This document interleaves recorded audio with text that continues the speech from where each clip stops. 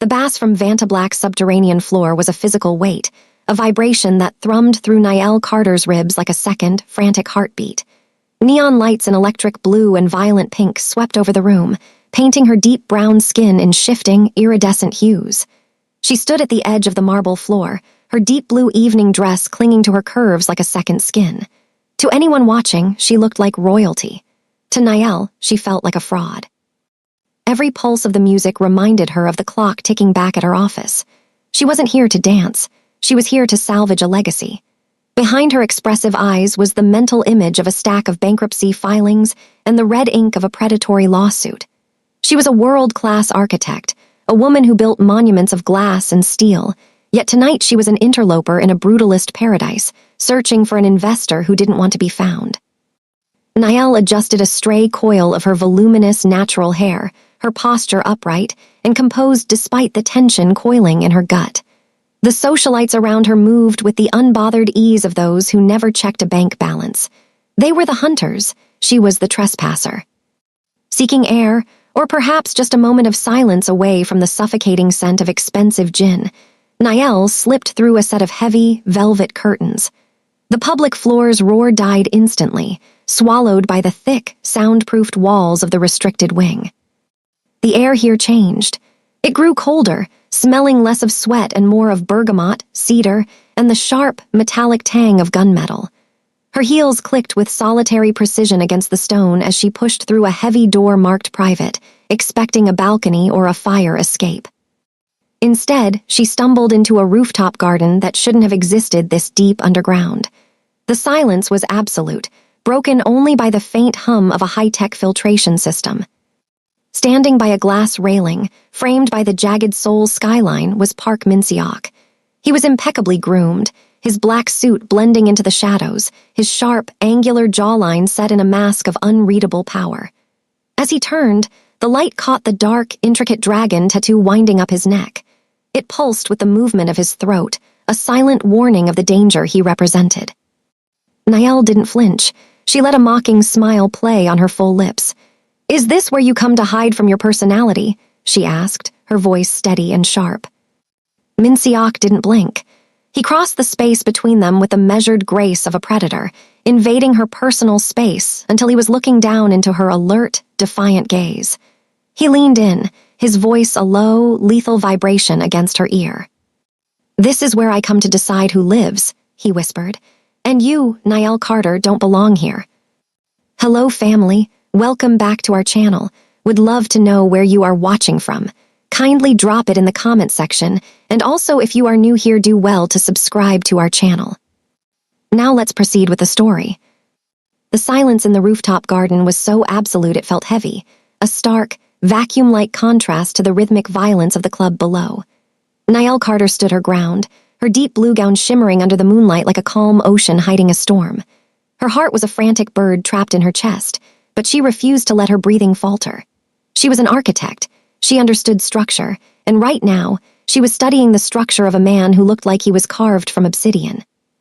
Park Min-seok didn't move, yet his presence seemed to expand, filling the space until the very air tasted of bergamot and cold iron. He was taller than he'd appeared from across the glass, his tailored black suit fitting him with a lethal precision. Niall's gaze flickered to the ink on his neck, the dragon's tail disappearing into his collar, and she felt the primal urge to run. Instead, she tilted her chin up, letting her thick, natural coils cascade over her shoulder. "Is this where you come to hide from your personality?" she asked, her voice cutting through the stillness with a sharp, calculated edge. It was a gamble, a desperate attempt to mask the fact that she was a trespasser whose firm was currently being dismantled by lawyers back in the city. Min-seok's eyes, dark and predatory, narrowed as they swept over her.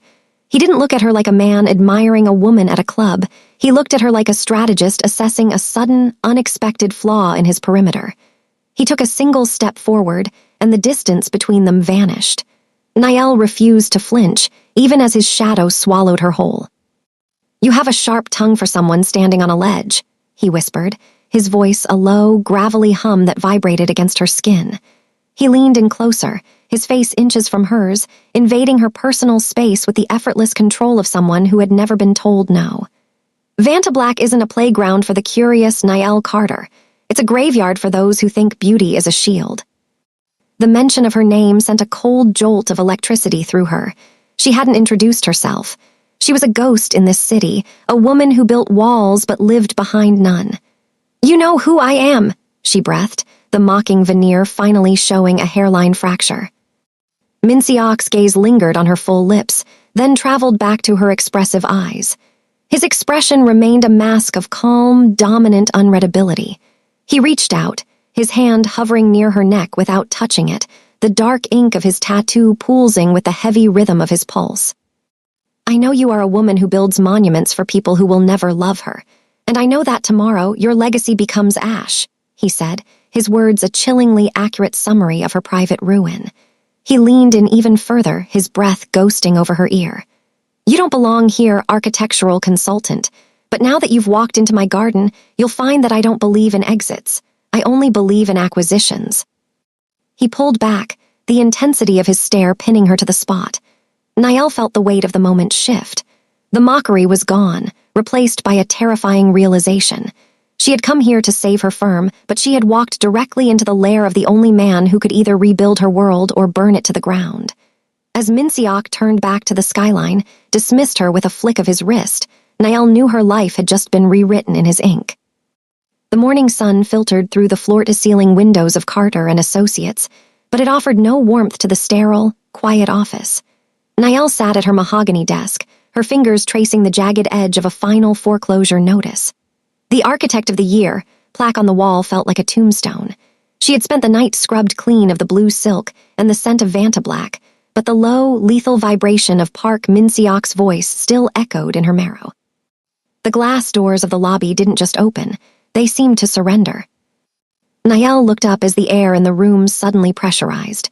Mincioc walked in with the silent, heavy grace of an apex predator entering a familiar territory. He was no longer the shadow in a garden. He was a shark in a suit of charcoal wool, his presence making the expansive office feel claustrophobically small. Behind him, two men in sharp black suits stood like monoliths, sealing the exit. "You're late for your own funeral, Mr. Park," Niall said, her voice holding onto a shred of her trademark defiance even as her pulse spiked. She stood slowly, smoothing her tailored cream slacks, her natural hair piled high in a crown that added to her height. Mincioc didn't answer. He navigated the room with a proprietary gaze, his eyes lingering on the blueprints scattered across the tables, monuments to a legacy that was currently bleeding out. He stopped at her desk and leaned forward, his hands flat on the wood. The dragon tattoo on his neck peeked out from his collar, its dark ink a stark contrast to his smooth, bronzed skin. "Your designs are ambitious, Niall. They speak of a woman who wants to build a world she can control," he murmured, his intense, calculating eyes locking onto hers. "But you forgot that the land beneath your structures belongs to me." He pulled a leather-bound checkbook from his inner pocket, the movement slow and deliberate. Niall watched, breathless, as he took a fountain pen and scribbled a figure that made the predatory lawsuit against her look like a rounding error. It was more than a bailout. It was a total acquisition. "This check clears your debt. It buys your firm, your staff, and every hour of your time for the next 6 months," he said, his voice dropping to that low, dangerous rumble she remembered from the garden. He tore the slip of paper away and slid it across the desk toward her. It stopped against her trembling fingertips. "I don't need a savior," Niall hissed, though the weight of the paper felt like a lifeline made of lead. "I'm not a savior," Mincioc corrected, his expression calm and unreadable as he leaned in, invading her space until she could smell the bergamot on his skin. "I'm the man who just bought the Architect of the Year. You wanted to save your family's legacy? You just did. But the price is your autonomy. You don't work for the city anymore. You work for the dragon." He straightened up, his calculative gaze sweeping over her one last time. "My car will be here at dawn tomorrow. Pack your blueprints. We're going to the mountains." Without waiting for her consent, he turned and walked out, leaving Niall standing in a room that was no longer hers, holding a check that felt like a beautiful, golden shackle. The hostile takeover was complete. The intellectual architect had been outmaneuvered by a man who didn't play by the rules of glass and steel. The ascent into the Buckhanson Peaks was a journey into a world where nature had been colonized by the cold precision of technology. The black sedan wound through the mist-shrouded roads with a silent, heavy purpose, leaving the sprawling neon grid of Seoul behind. Niall sat in the backseat, her gaze fixed on the passing jagged rock faces, her sketchbook clutched in her lap like a shield. Beside her, Min Seok was a statue of tailored charcoal wool, his attention seemingly focused on a tablet, though his presence felt like a physical weight pressing against her ribs.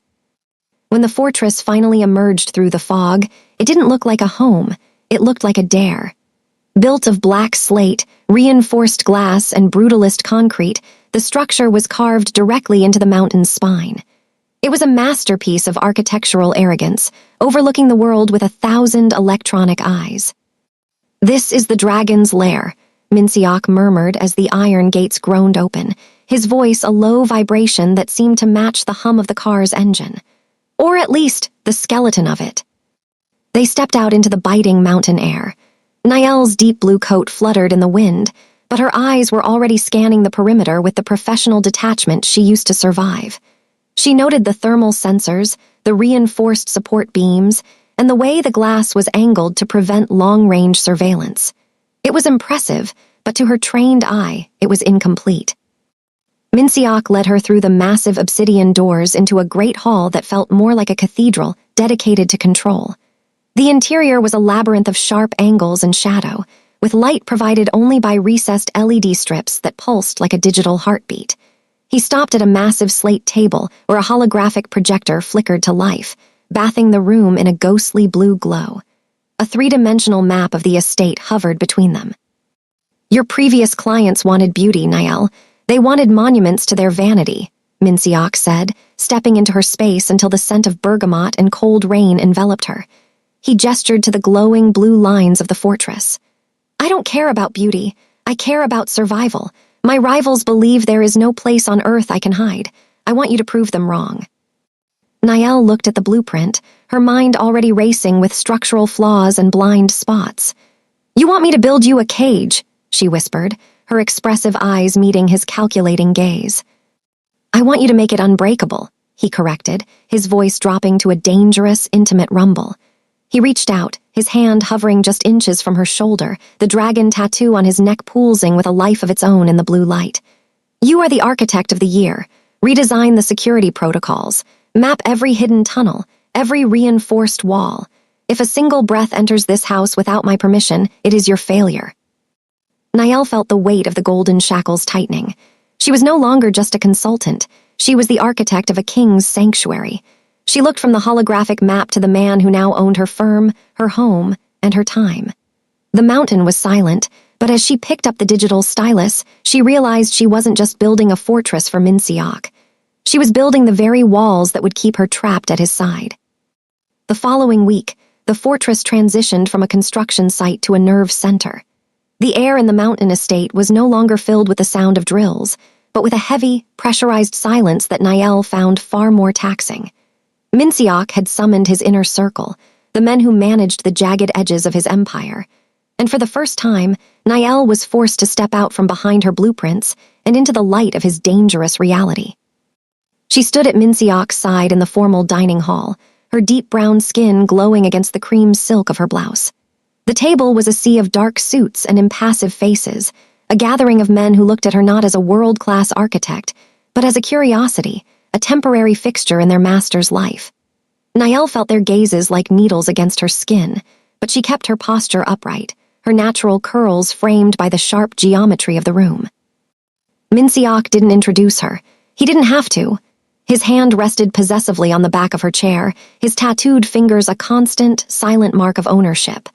Throughout the dinner, he didn't speak to his men of business. He spoke of architecture, of the unbreakable nature of the home she was building. But as the wine flowed, his voice dropped, intended only for her ear. "Watch their eyes, Niall," he whispered, leaning in until the scent of bergamot and expensive tobacco enveloped her. "In my world, words are the decoys. Silence is the primary language." He nodded toward a man at the far end of the table whose smile didn't quite reach his eyes. "That is Han. He speaks the loudest of his loyalty, but see how his thumbs twitch against the silver. He is calculating the cost of a betrayal. And there, beside him, Lee. He hasn't looked at me once. He is waiting for a sign of weakness. Niall watched, her analytical mind shifting from structural load-bearing to human psychology. She saw the subtle tilts of heads, the way some men leaned toward Minseok while others pulled back into the shadows. It was a blueprint of a different kind, a map of power and instability. "Why are you telling me this?" she asked, her voice a low murmur that barely carried over the clink of crystal. Minseok's gaze shifted from the table to her, his eyes intense and unreadable. He reached out, his thumb tracing the line of her jaw with a slow, deliberate pressure that made her breath hitch. The dragon on his neck seemed to pulse in the low light, mirroring the jagged rhythm of her own heart. "Because you are the architect of my sanctuary," he said, his voice a dark, intimate rumble. "But a house is only as strong as the people within it. If you cannot read the rot in the room, you will never build a wall thick enough to keep us safe." The realization hit her then. He wasn't just teaching her to protect the house. He was teaching her how to survive him and the world he had chained her to. As the dinner ended, and the men stood in a synchronized show of obedience, Niall realized the intellectual arrogance she had carried into the Vantablack garden was useless here. In the language of silence, she was still a beginner, and Minseok was the only one who could teach her the vocabulary of survival. The architectural integrity of the mountain stronghold was Niall's obsession, a puzzle of steel and slate that she mapped meticulously by day and dreamed of by night. It was during a late-night audit of the ventilation shafts, a discrepancy in the air pressure readings, that she found it. A section of the western corridor was 4 feet narrower on the blueprints than it was in reality. Niall pressed her palm against the seamless obsidian paneling, her fingers searching for the tactile signature of a hidden latch. Her deep brown skin stood in stark contrast to the cold stone, her breath hitching as a hairline fracture appeared in the wall. The panel hissed open, revealing a space that shouldn't have existed according to the schematics she had been given. The room was a clinical masterpiece of surveillance technology. A wall of monitors glowed in a soft, electric violet, casting long shadows across the floor. Niall stepped inside, the air smelling of ozone and the bergamot scent that always heralded Minseok's presence. Her heart hammered against her ribs as she realized what the screens were displaying. They weren't monitoring the perimeter. They were monitoring her. One screen showed her hunched over her drafting table in the library. Another caught her in the kitchen at 3:00 a.m. A third showed her right now, entering this very room from a high-angle perspective. The fortress wasn't just a shield against his enemies. It was a lens focused entirely on her life. Every sigh, every moment of frustration, and every defiant look she had aimed at the empty air had been recorded and catalogued. The structural load of this wing was always designed to support more than just secrets, Niall. The voice was a low, lethal vibration that seemed to come from the shadows themselves. Niall spun around to find Minseok leaning against the doorframe, his dark suit blending into the darkness, his expression a mask of dominant calm. The dragon tattoo on his neck pulsed slowly, a rhythmic reminder of the predator who had trapped her. "You've been watching me," she breathed, her voice trembling with a mixture of fury and a terrifying sense of exposure. "Every room, every hour. You didn't hire an architect. You hired a specimen for your cage." Minseok crossed the room with the measured grace of a man who owned everything his eyes touched. He stopped inches from her, invading her space until she was pinned between the glowing monitors and his heat. He reached out, his hand hovering near her jaw, his eyes intense and unreadable. "I told you I don't believe in exits, Niall. I only believe in acquisitions," he whispered, his voice dropping to a dark, intimate rumble. "To protect an asset, one must understand its every movement, its every weakness." "I am not an asset," she hissed, her expressive eyes flashing with defiance. "You are the most valuable thing in this mountain," Minseok corrected, his thumb finally grazing her skin with a possessive pressure. "And in my world, what is valuable is never left to chance." As he leaned in, his scent overwhelming her senses, Niall realized the first breach wasn't a failure of her architecture. It was the moment she understood that the walls she was building weren't there to keep the world out. They were designed to keep her exactly where he could see her. The intellectual arrogance she had used as a shield was gone, replaced by the chilling reality that in the dragon's lair, there was no such thing as privacy, only the illusion of it. The gala at the Blue House had been a theater of war, a night of gilded knives and sharp smiles where Niall had functioned as Mincioc's most radiant armor. Dressed in a gown of molten gold that complemented her glowing skin, she had moved through the crowd of diplomats and oligarchs not as an employee, but as an enigma. She had watched the language of silence play out in real time, catching the tremor in a rival's hand and the predatory stillness in Mincioc's gaze. For the first time, she hadn't just been a witness to his power. She had been the architect of it, her presence signaling a new, untouchable stability in his empire. The drive back to the mountain fortress was consumed by a heavy, electric tension. The city lights fell away, replaced by the jagged, moonlit silhouettes of the Buckhanson peaks. Inside the car, the silence was no longer cold. It was thick with a mutual recognition that the 6-month term of their contract had become an irrelevant formality. When they reached the Great Hall, the heavy obsidian doors hissed shut, sealing out the world. The adrenaline of the evening was still coursing through Niall's veins, a cocktail of triumph and terror. She turned to find Mincioc already watching her, his tuxedo jacket discarded, his white shirt unbuttoned at the collar to reveal the full, menacing length of the dragon tattoo.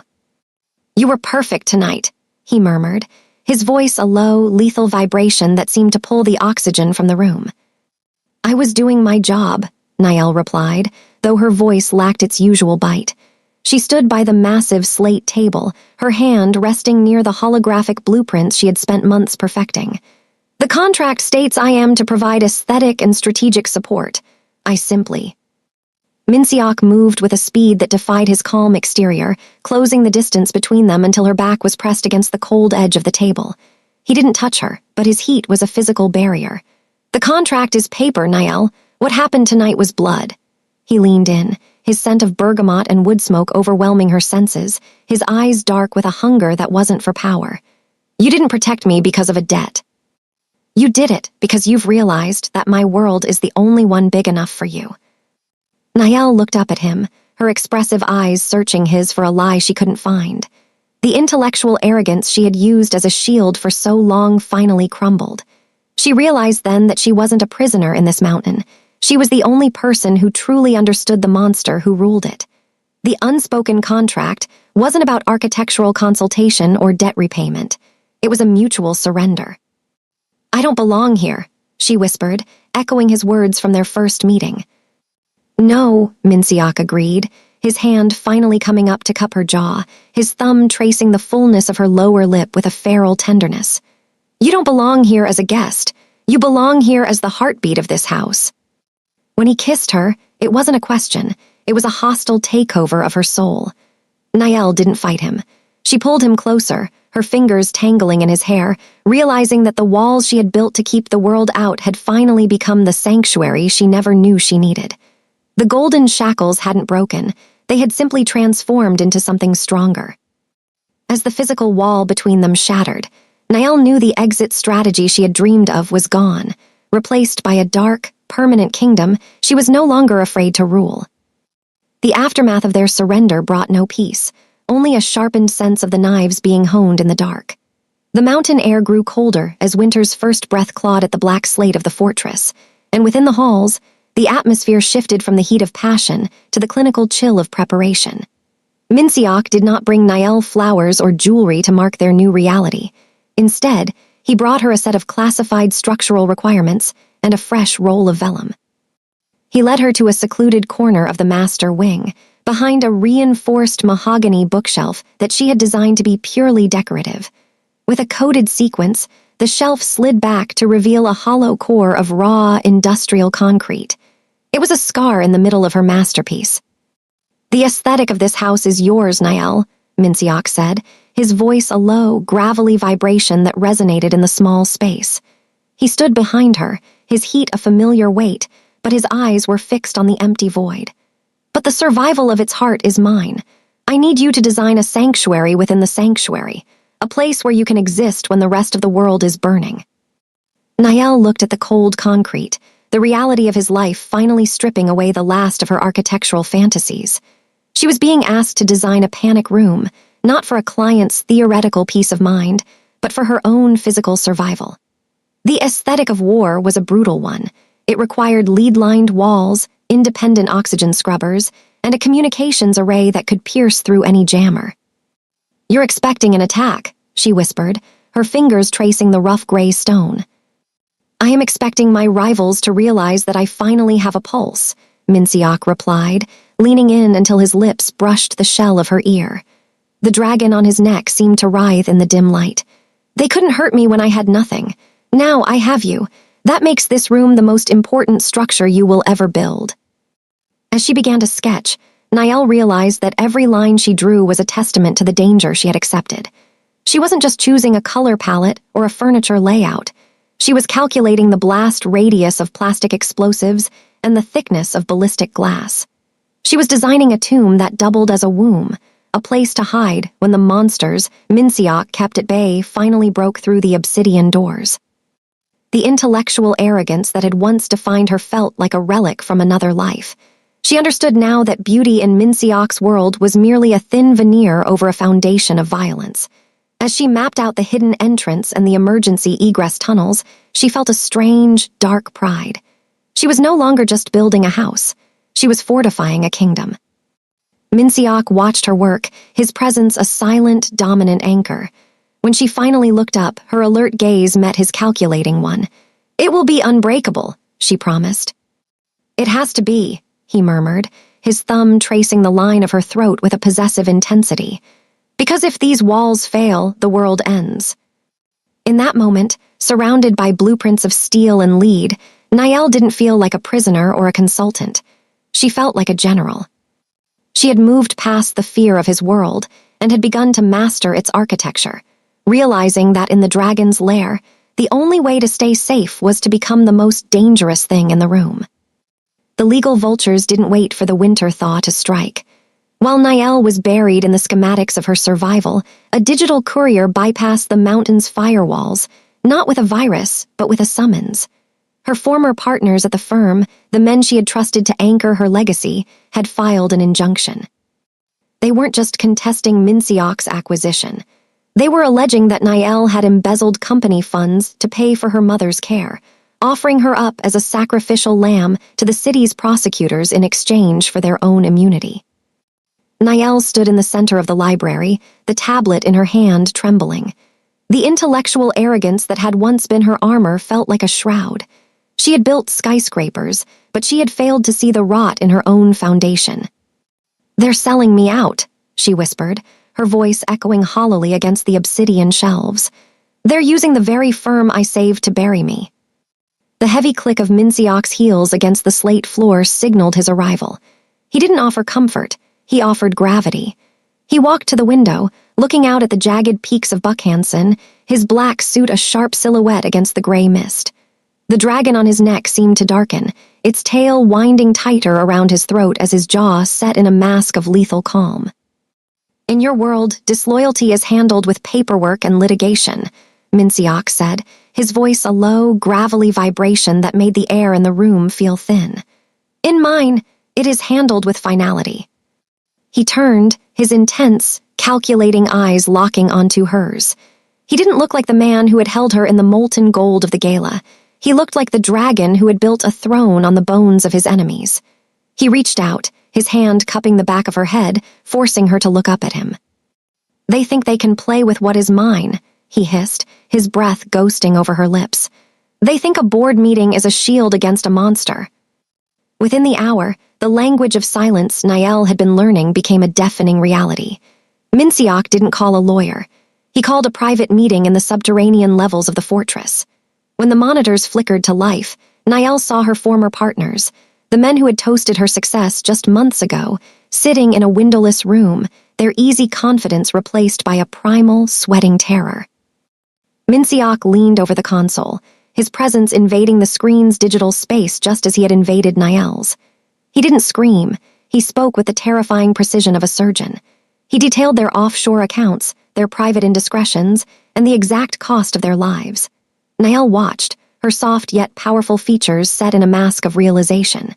She saw how he dismantled their greed, stripping them of their leverage until they were begging to sign a full confession of their own fraud.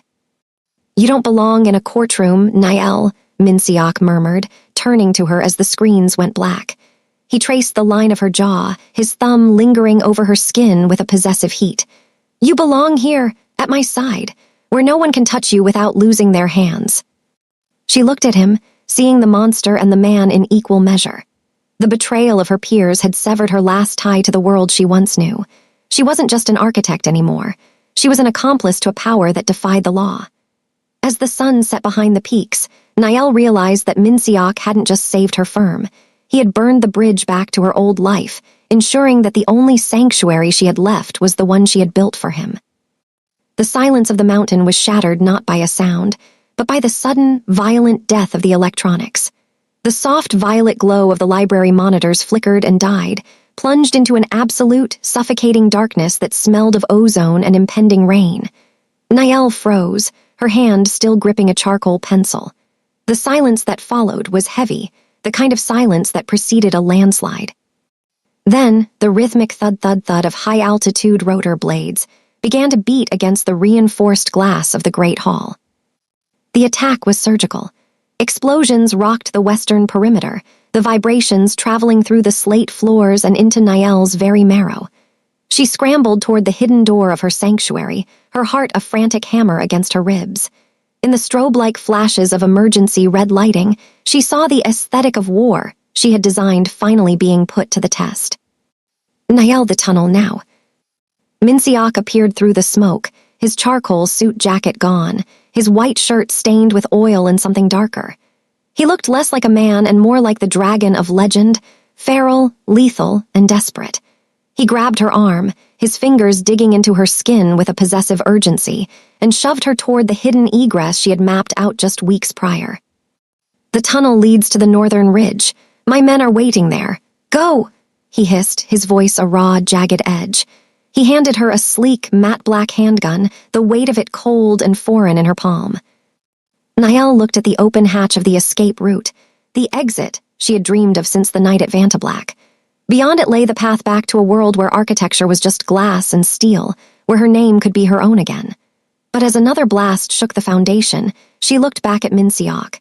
He was reloading a weapon, his gaze already turning toward the breached doors, his neck tattoo pulsing with the frantic rhythm of a man prepared to die to hold the line. The choice crystallized in the smoke-filled air. If she left, she was the invisible consultant of the world again, a victim of circumstance fleeing into the night. If she stayed, she was the architect of the new order, the woman who knew the structural weaknesses of the men coming through the door better than they did. "I didn't build this fortress to watch it fall, Minsiok," she said, her voice dropping into a low, terrifyingly calm vibration. She didn't move toward the tunnel. Instead, she stepped back into the pressurized heat of the room, her expressive eyes locking onto his. Minsiok's breath hitched, a flicker of something that looked like awe breaking through his predatory mask. He saw it then. The intellectual arrogance had transformed into a warrior's resolve. Niall reached for the control console, bypassing the jammed locks with a sequence only the designer could know. She didn't just seal the internal doors, she trapped the invaders in the very corridors she had built. "You don't belong here, Niall," he whispered, even as he moved to cover her, his body a shield of heat and lead. "I belong wherever I choose to stand," she countered, her finger hovering over the final defensive trigger. "And tonight, I choose the dragon." The fortress groaned as the primary breach was contained. Niall stood in the center of her creation, the architect who had finally stopped building walls and started defending them. The girl who had mocked a monster was gone. In her place stood a queen who knew that freedom wasn't about the exit, it was about who you stood beside when the world burned. The heavy, iron-scented smoke of the attack had long since been swept away by the mountain winds, replaced by the crisp, biting air of a new season. The fortress on the Buckhanson Peaks no longer felt like a structure under siege. It felt like a monument to a transition. The black slate and reinforced glass remained, but the aesthetic of war had evolved. It was no longer a cage designed to hold Niall Carter, but a palace designed to protect her. Inside the Great Hall, the massive slate table was no longer covered in blueprints or surveillance feeds. Instead, it was set for a meeting of the Syndicate's highest tier, the men who had once looked at Niall as a temporary distraction. Today, the atmosphere in the room was different. The language of silence was loud with a new kind of respect, a heavy, pressurized deference that was directed not just toward the man at the head of the table, but toward the woman standing beside him. Niall stood at the head of the board, her deep brown skin glowing against a gown of charcoal silk that matched the sharp, unyielding lines of the room. Her natural curls were pinned back, revealing a gaze that was no longer just alert, but commanding. She had spent months building the walls of this kingdom, and in doing so, she had built a new version of herself. The intellectual arrogance was gone, replaced by the lethal clarity of a woman who had looked into the abyss and decided to decorate it. Minseok sat to her right, his posture relaxed but his eyes never leaving her. The dragon tattoo on his neck was partially obscured by his collar, but its presence felt more integrated into the room than ever. He wasn't the master of the house today, he was the partner in a dual monarchy. When he spoke, his voice was a low, proud rumble. The new protocols are in place. The mountain is secure, not because of the steel, but because of the mind that placed it. Niall looked down the length of the table, her full lips curving into a smile that held no mockery, only the cold, certain power of a ruler. She remembered the girl in the blue silk who had stumbled into a restricted garden to save a failing firm. That girl was dead, buried under the weight of the mountain. In her place was the woman who had realized that freedom wasn't about an exit tunnel or a cleared debt. It was about the audacity to stand where you weren't supposed to belong and stay until the world accepted your presence. "Gentlemen," Niall said, her voice a smooth, authoritative vibration that commanded the room's absolute silence. "The architecture of this empire is changing. We are no longer just surviving the shadows. We are going to own them." Minseok reached out, his hand covering hers on the table. The physical touch was no longer an act of possession, but a public oath. As the men bowed their heads in a synchronized show of loyalty, Niall felt the last of the golden shackles dissolve. She wasn't a consultant, a prisoner, or an acquisition. She was the architect of the new kingdom, the woman who had designed a throne for two, and she was finally home. The dragon had found his match, and together they had built something unbreakable.